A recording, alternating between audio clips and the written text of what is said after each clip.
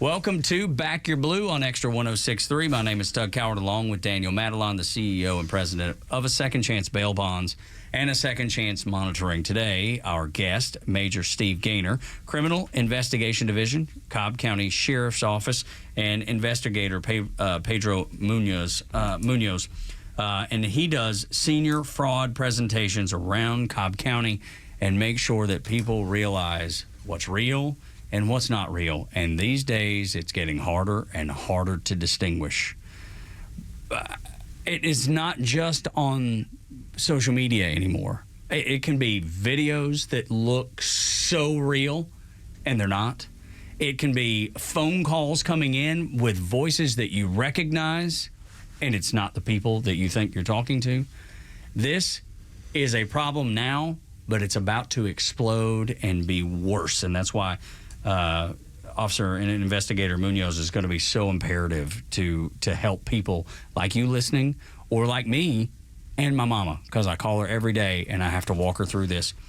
There's so much fraud going on, and we're going to get from Major Gaynor some of that stuff, but wire fraud, bank fraud, cyber fraud, and then focusing on elderly folks and taking advantage of them. But it's not just them. It's you and I, too. Daniel Matalon got roped in the other day. You've probably seen. I was scammed. Absolutely scammed. You've seen it. I've seen it. Everybody's gotten the text saying that you were driving in the HOV lane and you weren't supposed to be. Yep. And now you got to click on a link to pay your fine. And they were nationwide. I don't know if it started in Atlanta, Daniel, but I know they were here, and they were everywhere. And they got me. Dude, I bet I got debit cards. I got one every day. I got one of those texts every day. I should have known better, though. Well, you should have. Feel like it. Yeah, but seriously. Just maybe. Look, sometimes you're running so fast, you're like, oh, my gosh, did I really do this? Well, yeah. And they look real. Yeah. They look legitimate. So what did they take you for? Initially, so California, they went to an ATM machine. So this is the part that I don't understand is how. So I clicked the link. We got experts that may be able to explain it. I don't know. And I clicked the link, and then next thing you know, they did cash advance they did $400 at an ATM machine in California. You don't live in California, Daniel. I do not, and I was in Georgia when it happened. But yeah, I don't quite. So there's parts of this that I don't understand. It was my Bank of America account, and as I clicked the link within the hour, the fraud started, and it was just tattooed. Boom, boom, boom, boom, boom, boom. This boom. was on your cell phone? On my debit card. The device, prompt came in. Prompt came in, text message on my cell phone. Yes. This was in the last 45 days. When you click a link.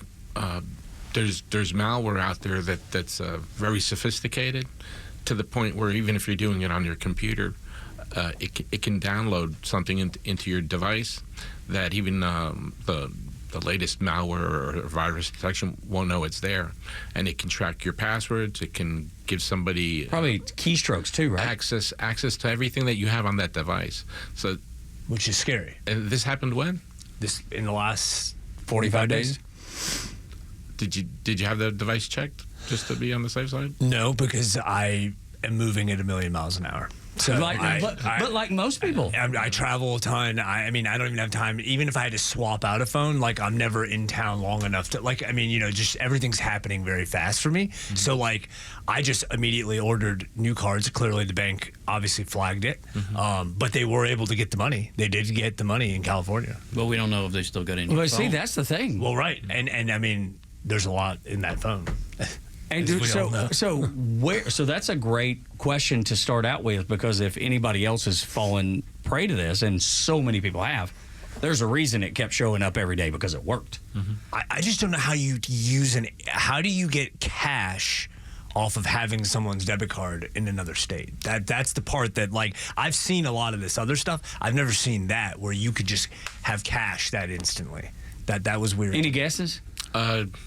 You can buy gift cards, and cash a gift card. I don't know at what point of sale or in California, but there's a lot of ways to extract money with a debit card. You can certainly I always tell people when if you're out to eat and a waiter comes by to collect the check and you hand them your debit card.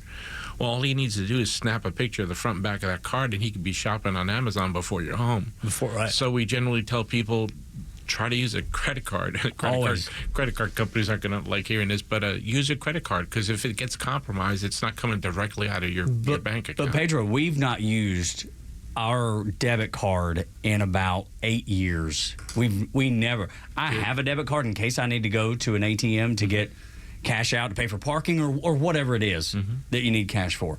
Otherwise, we never, ever, ever. Thank you, Clark Howard. Because it was, I remember Clark, he was the one. He was the guy that was beating the drum. Once you use your ATM card, your debit card, and it comes out of your bank account, sometimes it's impossible to get it back. It is gone. Well, at the gas stations, they did that a lot, where you'd put your card in, and then they put a device in behind your card, and then they extract the information. That's exactly right. And then they just use it till it dies. And then the money's just gone. Yeah. And then, fingers crossed, you get it back, but you don't always. And we've all heard stories of them not. But at least, like you're saying, Pedro, with a credit card, you can challenge it. It's not your bank account where the money's just gone and you're stuck.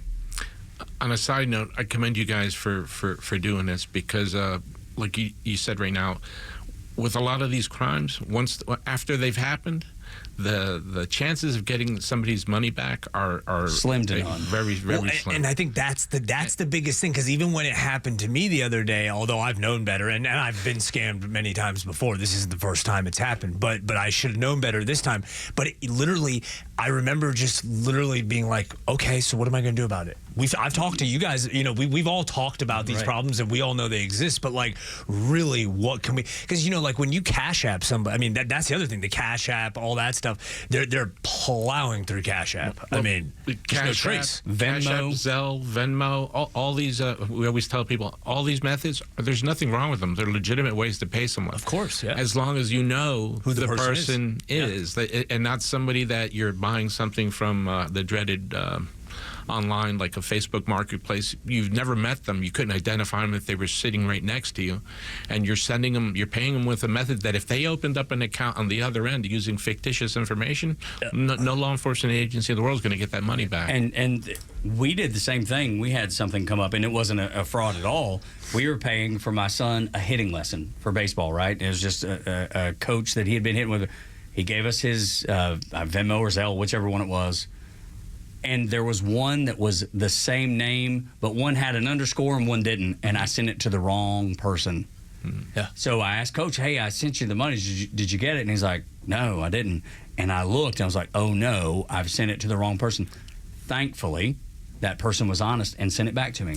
And that's how the elderly suffer, like from phishing emails, because they make them look so realistic. Like you just said, they'll put a little character in there. It could be a comma, and the rest of the email will look like it's from the legitimate company, like maybe Amazon. And so it's very hard to tell, and that's how they get at you. No, it's incredible. I want to bring in Major Gaynor, because as we talk about fraud, there's been so much fraud, cyber crimes and fraud, and they've increased exponentially. And you gave us just a 3-month snapshot of some of the numbers that are astounding. Yeah, so I'll tell you that I just pulled 3 months just to give us a little round number. So in April, 1.39 million. In March, 2.34 million. And just alone, this was pulled on the 10th day of May. We had $2.79 million already in May. So those are actual, trending in the wrong direction. But those are the actual fraud crimes, or These the are actual dollar signs, the dollar amounts? Fraud cases that got reported to us and the amount of loss that the citizen is reporting. And this is just cases that are reported to us. And that's there's a lot just of people Cobb County. that just suck it up and like Daniel was talking about. Like Daniel, I lost, and maybe he only lost $300 or something. But these are people who lose big money. Like one of these is almost $2 million, which is why the number $2 million is so big, is because May alone there was one individual that lost just under $2 million.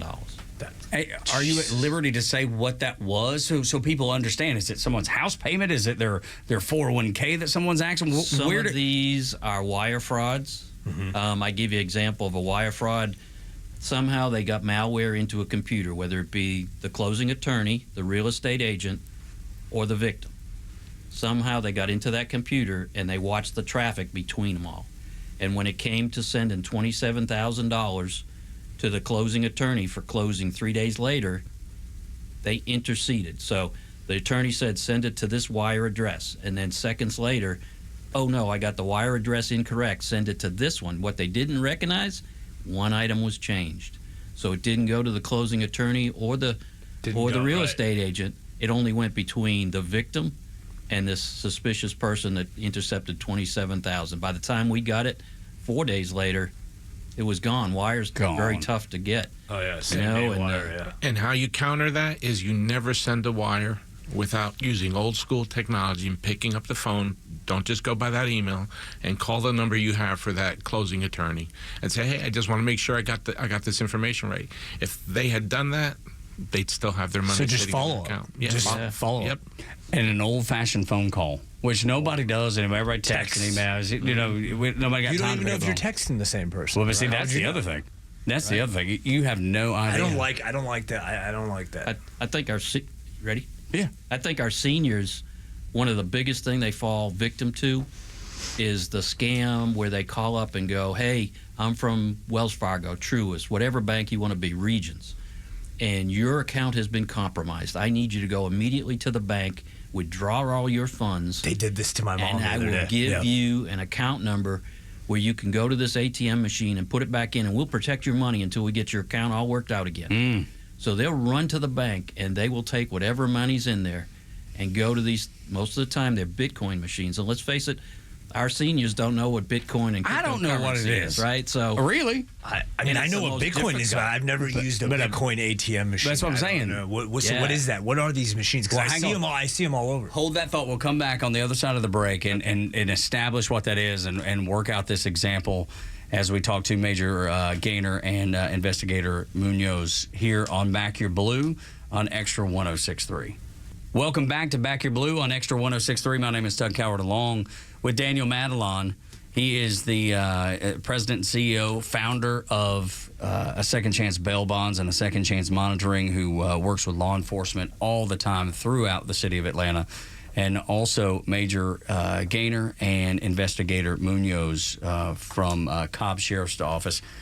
And we were just talking about how in the last segment that our elderly citizens are being taken advantage of at rapid rates. Daniel talked about his mother, and we'll bring in that story. I talked about my mom a little bit off the air, and the fact that I call Mama every day, and every day she's got a new story about somebody asking her, for her email address. And I'm like, Mama, you don't give your email address to nobody. And she don't understand why. She's like, it's fine. We're just exchanging it. I was like, no, it's not. and trying to help her understand that has been such a challenge. And to understand that someone is always actively trying to access her accounts, whether Facebook, whether Instagram, any of the other accounts that she goes to, they're always trying to access them because that gives them the back door into bigger accounts. Am I right about that?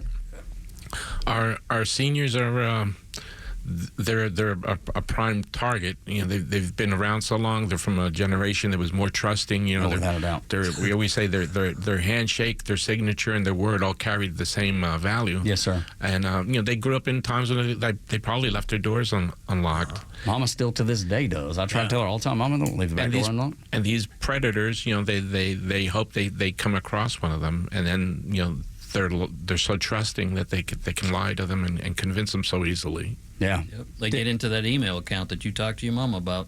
Don't give that email, because that's their opening to start sending you those phishing. That's exactly right. Once you click on it, just like the link you got on the phone, once you click on it, you've opened up that malware that's now going to be in your system. Which we're not sure right this moment that Daniel's phone isn't infested. It's gotta be by now. Dude, your personal information is on the dark web right now. There's probably a double agent right now acting as me right now. Well, West Coast or something. I don't know. We always tell people too that all of our information is being sold like a commodity. Books. I mean, we're open books, and that's why we always tell people to freeze your credit with that's right. And make sure it's frozen, because if not, at some point somebody's going to use it. I think that's a good point to bring out to our listeners. There's four things you really need to do. You need to get your credit report from the 3 different agencies. Yep. And you need to freeze your credit. Yep. Credit report, and freezing. And it's funny you bring that up because the last time we bought a car, and that's been several years back, like 2017 or something, we went to try to pay, to put the down payment down, and the guy was like, we can't, your credit's frozen. We can't do anything. And I was like, well, yes, it is. Of course it is. My wife saving the day. I had no idea what was going on. I tried to play it off like I was cool. I wasn't. She knew what was up. She knew. She was like, okay. And she went to the website, unfroze her credit. Payment went through, froze it right back. Mm-hmm. If it had been me, I'd been like Daniel. My phone had been fishing with infestation. You can freeze it day in and day out? You can open and close it. Pedro knows a little bit more about it. I'm going to have to get with Pedro on this. No, seriously. He can tell you a little bit about how to do that. I've never heard of freezing it and freezing it day in day out, but you can. If we tell people once, because a lot of people think, well, I freeze my credit, then what happens to my credit cards? And then we explain to them, it doesn't affect your established credit. It only affects your ability to open up new credit, or the person that stole your information from doing it. More importantly, and I tell them if you froze it and say tomorrow you're going to finance something, you're at a car dealership, just talk to the loan officer and ask them which of those 3 credit report agencies they use, and you just tell them I just need a few minutes to contact them and unfreeze it. And you can do it online or over the phone, and you can pick the day you want it to unfreeze it, unlock it, and the day that you want to freeze it back up. If you're purchasing a home, they'll check it several times, probably through the course of a month. So in that case, you might have to unfreeze one of them for 30 days. Right. But you're not leaving it wide open 365, all year long, where it's you're rolling the dice that somebody's gonna try to access it. And that's a good point, realizing that each credit reporting agency is independent, right? So if you don't freeze them all, then whatever one you left open is still open. So Experian, Equifax, TransUnion, those are our majors. Yeah, you gotta pay attention to those. But I'm telling you, some people have got it. Like my sweet wife had it figured out. I had no idea, but now I do, and now we have it. We even have it for our son who's about to turn 21. All his credit is frozen too because he has a credit card, and no one's ever looking at his credit. As far as us, we've had people come in that their kids just started out in college, and that's when they found out their credit was compromised. We had that last week with a 16-year-old bought a car he didn't know he bought. Yeah, exactly. He's like, at least I could have gotten it. But can you imagine? Oh my God! Can you imagine? Like, so what's protocol there? What do y'all? Or what are y'all able to do, or anything? Yeah, So a lot of times, like these credit, where you buy a car, they're using fraudulent information, obviously, to buy it, and they use fraudulent ID to purchase it, right? So you might have Daniel's picture on that driver's license and the card that he might show, but that's not Daniel's information on the credit card or the license that you're copying. Mm-hmm. And so they buy that car. There's nothing for us to do to track it other than we enter that car as stolen. At that point, it becomes a stolen vehicle because it was fraudulently obtained. Mm-hmm. That's the only way we ever get them back. If they don't go and flip that VIN, then somebody will eventually come up on that car. The plate will be incorrect on it, or there'll be no plate. There'll be a drive-out that's expired or just doesn't look right. Right. So, but then for the family who's some 16-year-old kid now has a car that's financed in his name, there's like, you're just stuck with this bill, this new. No, you have to file a report, and then once you have that incident report, then you can take it to the bank or send it to the credit report agency to get it taken off of there, because that's what any bank or any business down the road is going to be looking at about that 16-year-old, and if it's not on his credit report, it never happened. Can you imagine the stress? Oh, dude, that would be of a new car showing up on your credit report. Oh, dude, I barely afford the 3 that I got. It'll take a whole year to get the thing sorted out. To be honest with you, because that's my biggest frustration with it is that like it's so hard to track this stuff down that like you're literally helpless. I mean, you just are. I mean, you might as well accept it and move on from it, and then protect yourself. Immediately. The institutions. Because they want to stay competitive. Like right now, on my cell phone here, you name the bank, I can open up an account. I could use Major's name, your date of birth, and your social security number. Here it is. And they'll give me 30 days to present myself at a local branch to identify myself. But these criminals that know this, they'll run as much stolen money through that account in that short. And they sell it. I mean, that's the other part. You can buy this data. What would it take to stop it? I don't know, something at the legislative level to But that's always reactionary, though, right? Yeah, and the criminals are so far ahead of that. We're behind the 8 ball, and so how do you, even if you trace the money, you're going to trace it to a non-existing person. But then, if they're really smart and take any sort of time, which most probably don't, they're just trying to run as much through there as they can. But if they wanted to be sneaky about it and wanted it to work for a long term, they just go to your Facebook page. They got your name, they got what city you live in, they probably got the high school you went to. I mean, they've got so much information that we share freely with people. If somebody wanted to be that sneaky and have it last for a long time and not just, every bunch of different hodgepodge, they could set up one that was probably Hey, Tug, you know what you talked about earlier with the phone scams about getting the text voice, AI. Yep. Daniel, has the jail system has a picture of somebody being arrested. Yeah. They have your grandson's voice on your Facebook page. They use AI and record that and send you back a message that says, "Hey, Grandma, I got arrested by the Cobb County Sheriff's Office. I need you to pay $1,000 to a second chance bonding, and here's their contact information." That's happened at least once a week. That happens. I mean, and it's happening in bonding company sheriff's departments all across the country. It's not because it's so easy to do. We do that very thing, what you've just said on our morning show, where we will clone the afternoon guy's voice and have him say all kinds of wacky stuff, and it's hysterical, right? It's a radio show. We're trying to make people laugh and songs and dances and all that sort of stuff. And yet, when you think about it, they're doing the exact same thing, except they're using it against you in something that is going to be intimidating, something that you're going to be frightened by, because who's not going to rescue or go to the aid of their kid, grandkid, brother, sister, whomever, to be able to bail them out? In Daniel's case, I don't even they're using. You take it a step further, and we'll go. They're even taking people's credit card information, remaking the card, and then they literally send them in. So they're using them at the bonding company. So you're being bonded out on fraud charges, and you're using a stolen credit card. I mean, just think about that. Just really think about that. We actually had that last week, Daniel. I don't know that it was your bonding company, but we actually had a guy do his own bonds. He was arrested for fraud, so he created fraudulent court papers to bond himself out. Wow. No, but that's innovative. No, but we've done. No, I've experienced this over the years. It's crazy. They use the stolen credit card at the bonding company to bond out on a fraud. I mean, think about that. Could you teach me how to do that? That's doubling down. You just doubled down. No, I know, right? On the worst double down in the history of history. I mean, it's impressive. You got to give him credit. Good Lord. Can I interject? Please, yes. The major brought up these scams, like with the grandparent scam he's referring to, whether they now they could use AI to mimic the voice, but it's been around for a long time, and before AI, and what they would do is just disguise their voice or hit their nose and just come up with the story that Grandma, Grandpa, I've been in an accident. I rear-ended someone. That's why they don't sound like me. And that's how it works.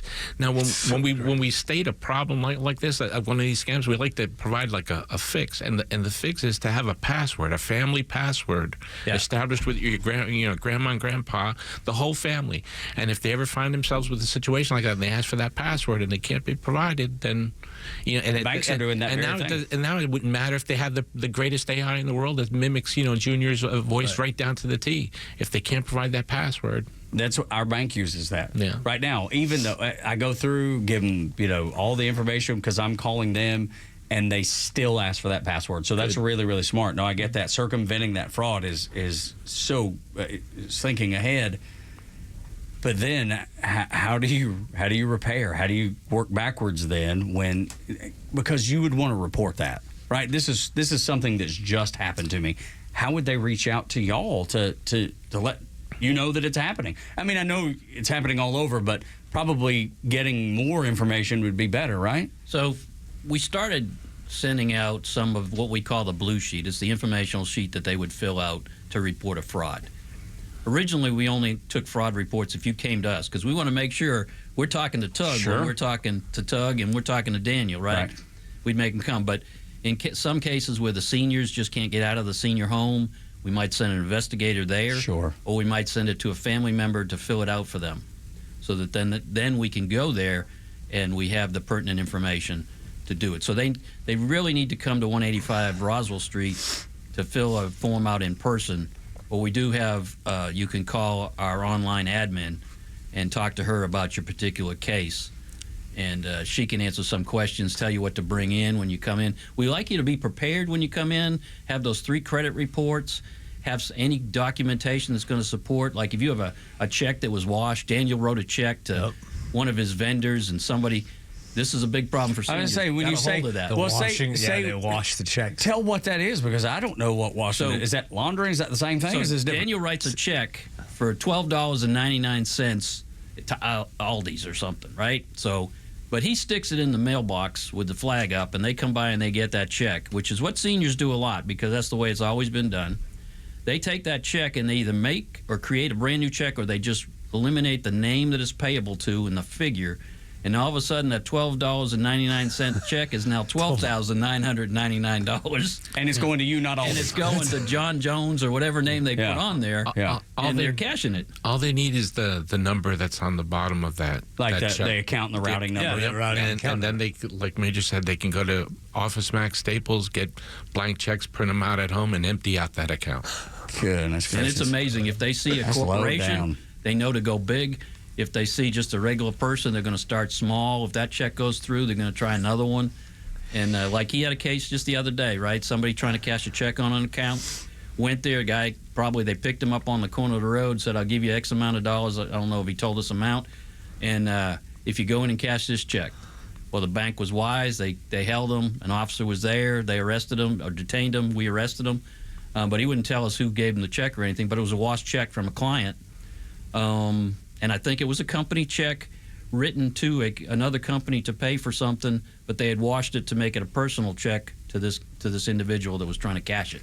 That stuff happens all the time. I would imagine, All the time. I would imagine too, it's getting ahead, right?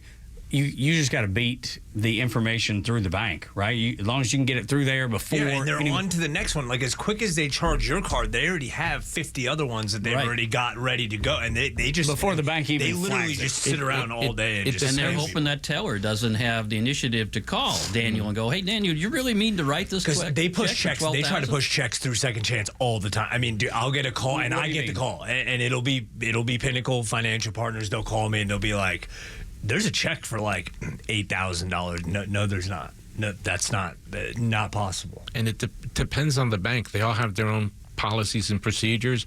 Some banks, I'm not going to name any names, but some of them, their policy is not to call the police. It's to tell the person to Lord. leave.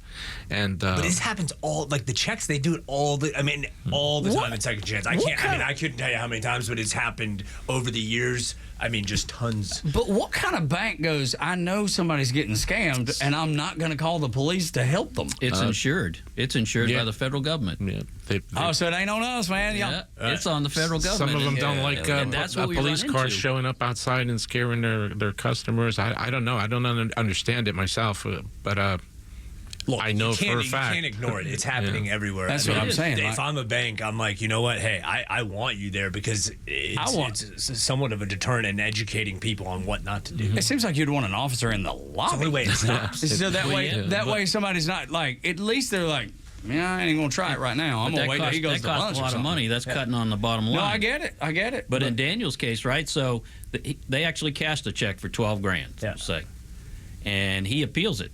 It's protected by the federal government. It's a fraud. Daniel's going to get his $12,000 back. We then go to the bank and go, okay, do you want to pursue this case? And they go, nope, it's insured. Got And it. we're done. Got And it. we get a lot of those. They're reported Holy cow. just for paperwork. Which is very similar to like back when Home Depot. Do you remember when the shoplifting was like just rampant? I mean, and retail stores were like, we're gonna have to close because they weren't arresting anybody. It's the same concept, Right. It's the same thing. Yep. It's like they just don't want to. They're like, no, we don't want to arrest anybody shoplifting. I'm like, okay, well then, but now you guys are closing your stores, so they're gonna keep. You're giving people a license to steal, is what you're doing by not But you doing got that. your money back. The bank will get their money back from the federal government. Right. The federal government's out. Actually, the taxpayers. Taxpayer, are out. yes, Because actually, we're you all and I. paying those taxes. It's you and I that's paying for it. Yeah. Right. Go for a loan, and your interest rates through the roof. Yeah. Well, reckon why? Now you know. Oh man, there's so much. It just seems like there's so much to wade through. You talked about wire, we talked about bank fraud, cyber fraud. We've talked about elderly folks being taken advantage of, which seems to be the easiest of targets. Hey, you know what? There's a new one. Oh, here we go. Yeah, let's hear this. Buckle up. We got I another one? love getting the new Funeral the new scams. ones. No. Funeral scam. You Dude, go, you on, gotta you go be- in the paper, right? So they publish all those obituaries. You gotta and they be even low. give you the convenience of giving you who they're leaving behind. So then they call. Daniel loses like his mom. So Daniel's like the next of kin. Yeah. They look at Daniel. They find a number for Daniel. They call Daniel and go, hey, this is whatever funeral home, and we miscalculated, and you owe another $1,250. We need you to pay right now. Yeah, this is So where can you Venmo it to us? And of course, that's probably if I'm hearing this right. As soon as you hear Venmo or PayPal or that should be Gift cards. Walmart gift cards. Anytime you hear anything like that that doesn't go through a traditional way of paying, especially for a business. Mm-hmm. You know, but Venmo is what you use when you go to the softball games over at East Cobb. Right, I'm buying my daughter a coffee in Virginia. Exactly, right. I'm gonna Venmo you the coffee money. Right, but not for $1,200 because otherwise we're going to do something terrible, I guess.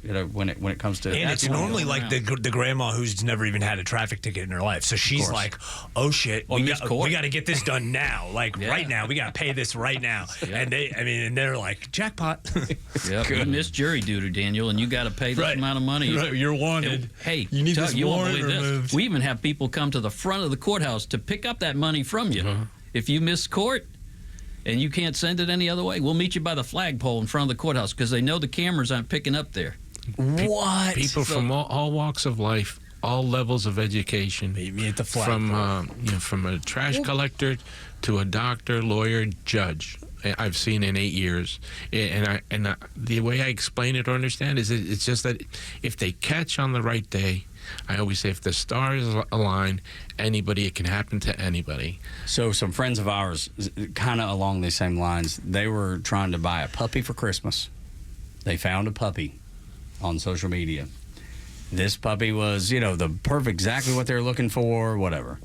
And they started, corresponding via email with the breeder or whatever, because they had to buy a dog. Here's the reason they, to protect them a little bit. Their kid is allergic to animal dander, so they had to get a dog that was hypoallergenic. And those are always expensive. So they find the perfect dog. They're going back and forth, and they said, yep, send us a deposit via Zelle. And I remember them telling me this, and I was like, hey, wait a minute.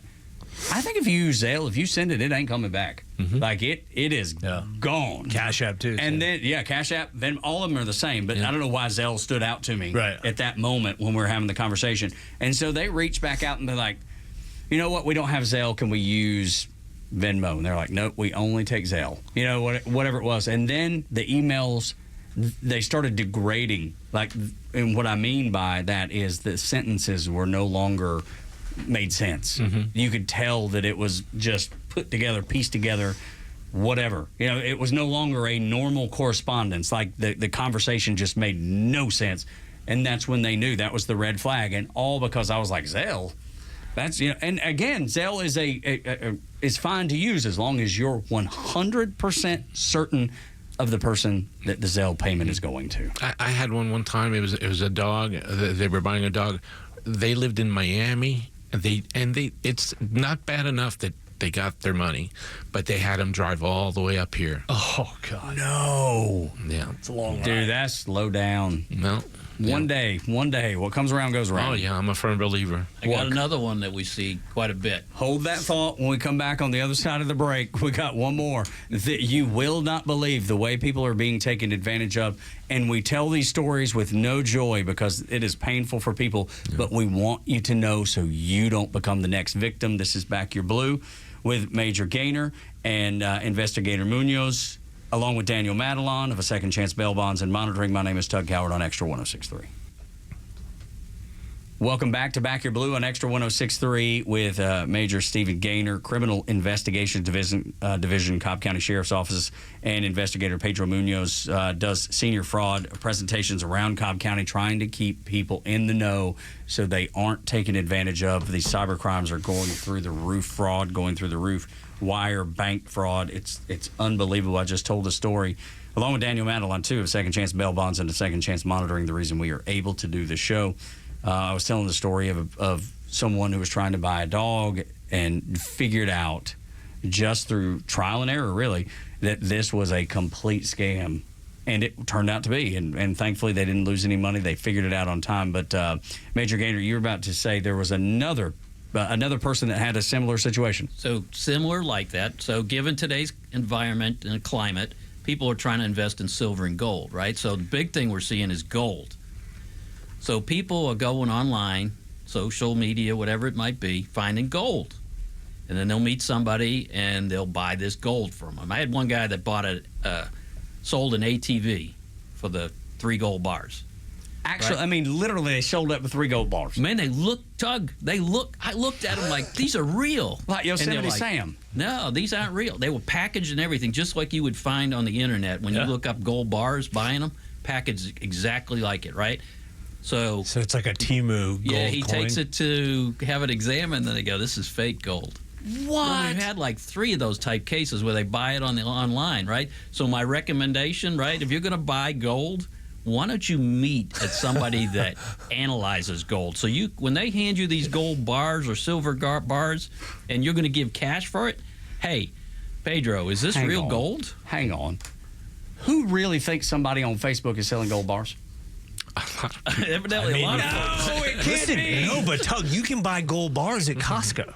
Okay, Yes. but that's at least at Costco and on You Facebook. can. I mean, Walmart, you yeah. can Walmart. I mean, you can buy caskets now at these places. So I mean, it's Yeah, not too online, far you can. fetched that they're. I mean, I mean, But we've I'm seen a just number of saying. them. I'm just saying. If somebody on Facebook tells you in Messenger, Last time, hey, sure. I'm going to sell you some gold bars.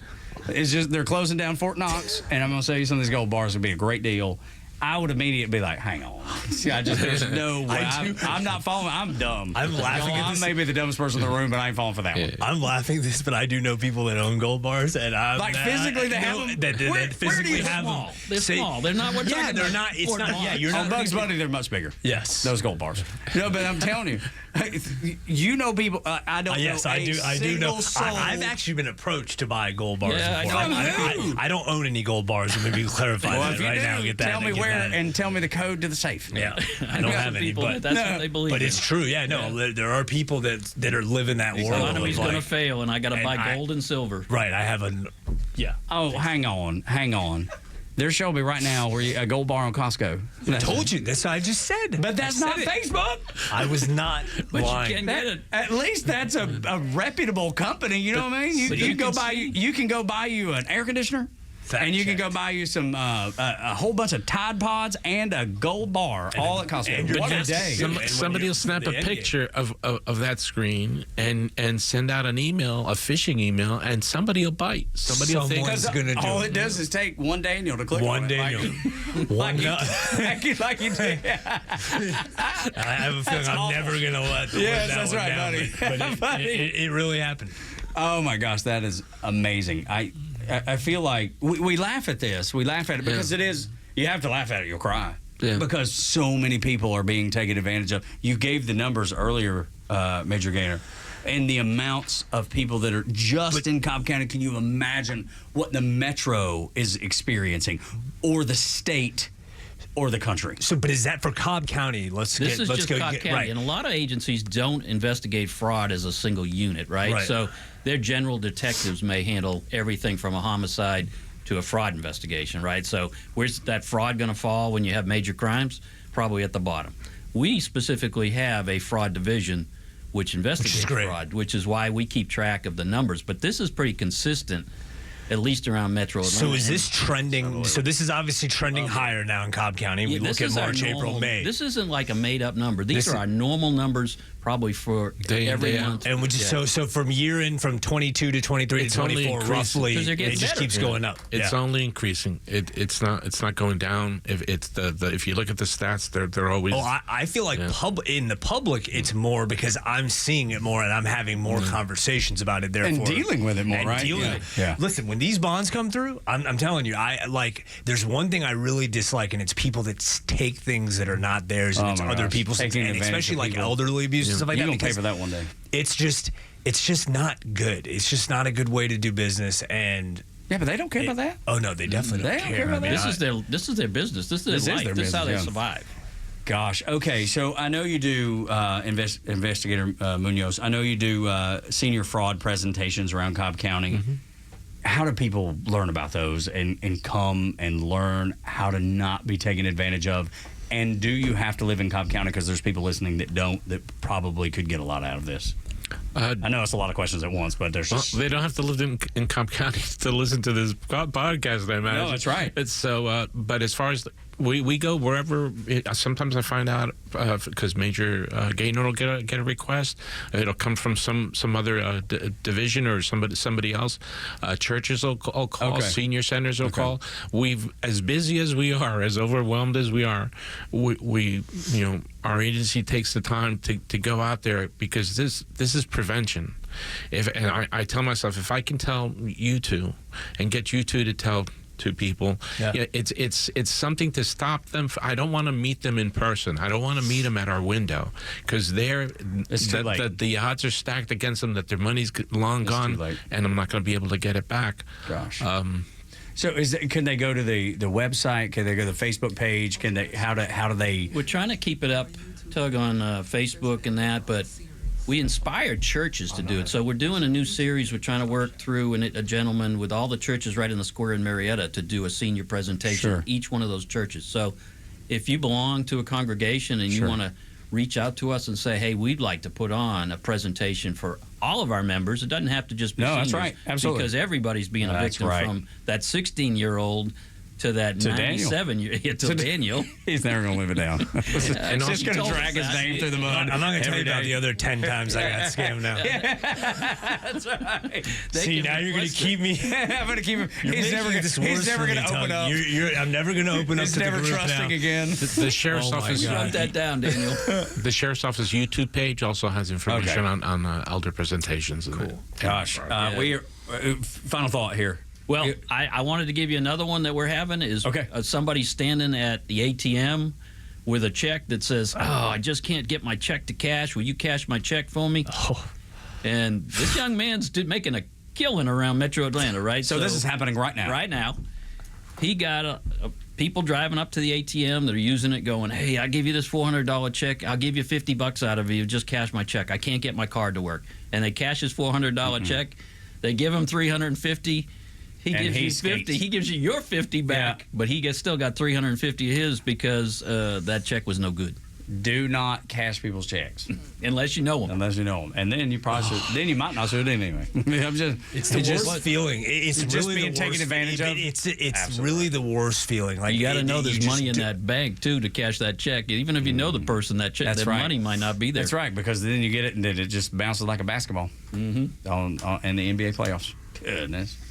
All right. Well, if you don't feel deflated, then know that there's someone out there advocating on your behalf. I think that's the most important thing with Major Gaynor and Investigator Munoz out here on your team.